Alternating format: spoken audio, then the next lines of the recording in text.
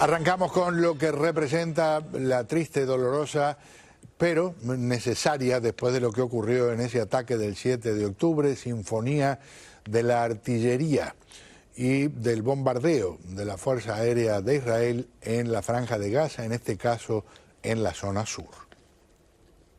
Columnas de humo cubren el cielo de Gaza. Los bombardeos continúan en el enclave palestino. Una vez más, muchos residentes huyeron llevándose consigo algunas pertenencias. Algunos recibieron un mensaje grabado del gobierno israelí para evacuar.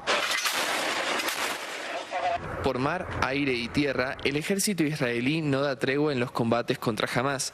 Según el Estado Mayor israelí, desde el fin de semana, Israel destruyó 400 objetivos.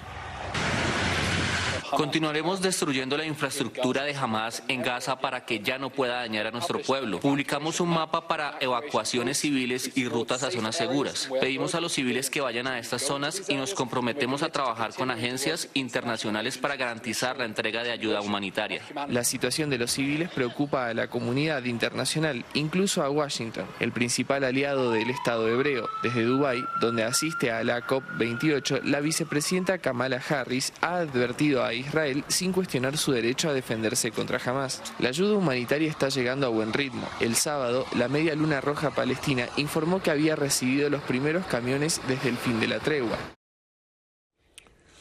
Y a todo esto, el horror de los ataques sexuales, el horror de las violaciones, de las mutilaciones, de las humillaciones a que sometieron terroristas de Hamás a mujeres israelíes de distintas edades y en todas las circunstancias, como si esto hubiera estado planificado detalladamente para tratar de generar el mayor daño posible.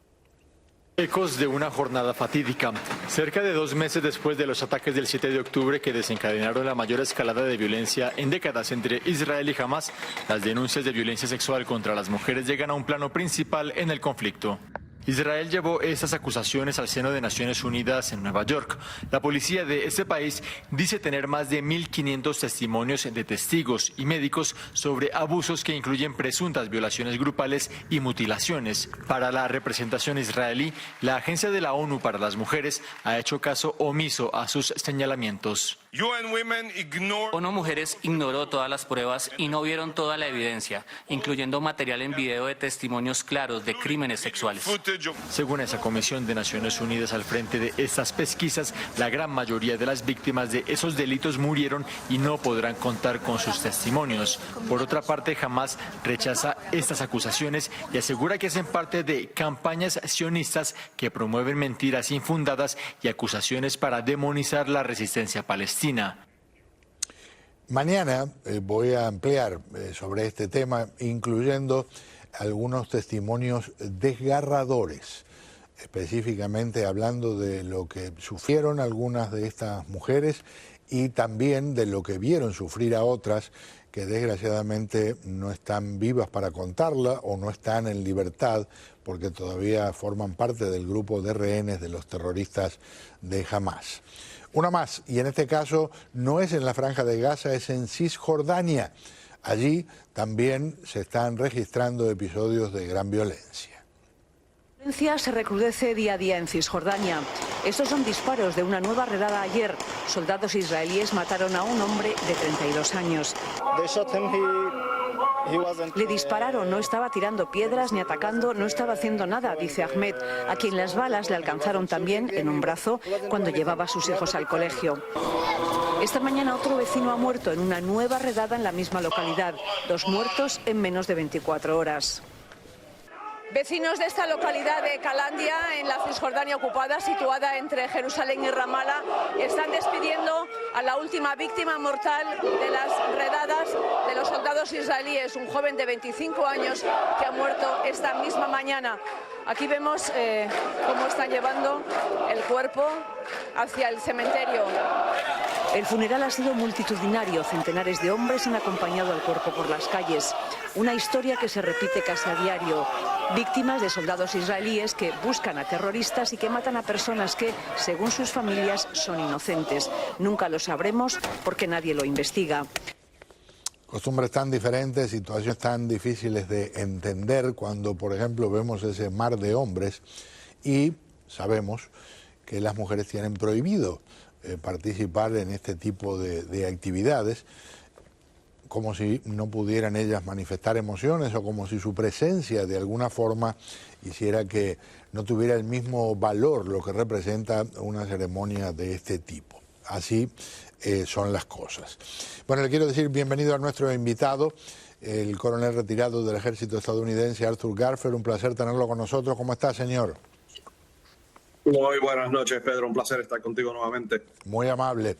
De las tantas cosas que estaba viendo, hay procedimientos de los israelíes que incluyen el uso, como hemos hablado en otras circunstancias, de algo que usted conoce, bueno, extraordinariamente bien, porque fue en lo que sirvió durante mucho tiempo, que son las fuerzas especiales. ¿Qué hacen en circunstancias, por ejemplo, como las que estamos viviendo ahora, cuando hay bombardeos aéreos, cuando hay ataques con artillería, que si hay fuerzas especiales, algunas personas dirán, caramba, existe el riesgo de que, como pasa en todas las guerras, mueran por lo que llaman friendly fire, ¿no? Fuego amigo. Bueno, ahora mismo ellos tienen 3 misiones, creo que son bastante claras. Uno es identificar la localidad de los rehenes. Número 2 es la localidad del liderato de Hamas, que todavía se encuentra de los que todavía se encuentran en Gaza. Y tercero es, ellos están posicionados dentro de Gaza, en donde pueden mejor ellos observar los blancos y los objetivos para que los fuegos indirectos, tanto de los aviones israelí como de la artillería israelita, puedan dar en su lugar. O sea que esas son las 3 misiones claras que ellos tienen en estos momentos. Y como todos entendemos, las fuerzas especiales, en este caso de Israel, están muy adelante dentro de Gaza y no siempre van a estar de una manera militar, para hacerlo claro. O sea, ellos tienen sus otras metodologías que implementan, pero ellos tienen ojos sobre todo el campo y también son los oídos para Bibi Netanyahu y su ministro de Defensa. En la guerra desatada por la invasión rusa a Ucrania se ha visto la forma en que predominan los drones. Y eso ha cambiado un poco las estrategias, ¿no? Menos uso de tanques, mucho más uso de drones. ¿Qué está viendo, coronel, en términos de tecnologías de guerra que muestren alguna diferencia, en este caso, en lo que hace Israel y lo que hacen los terroristas?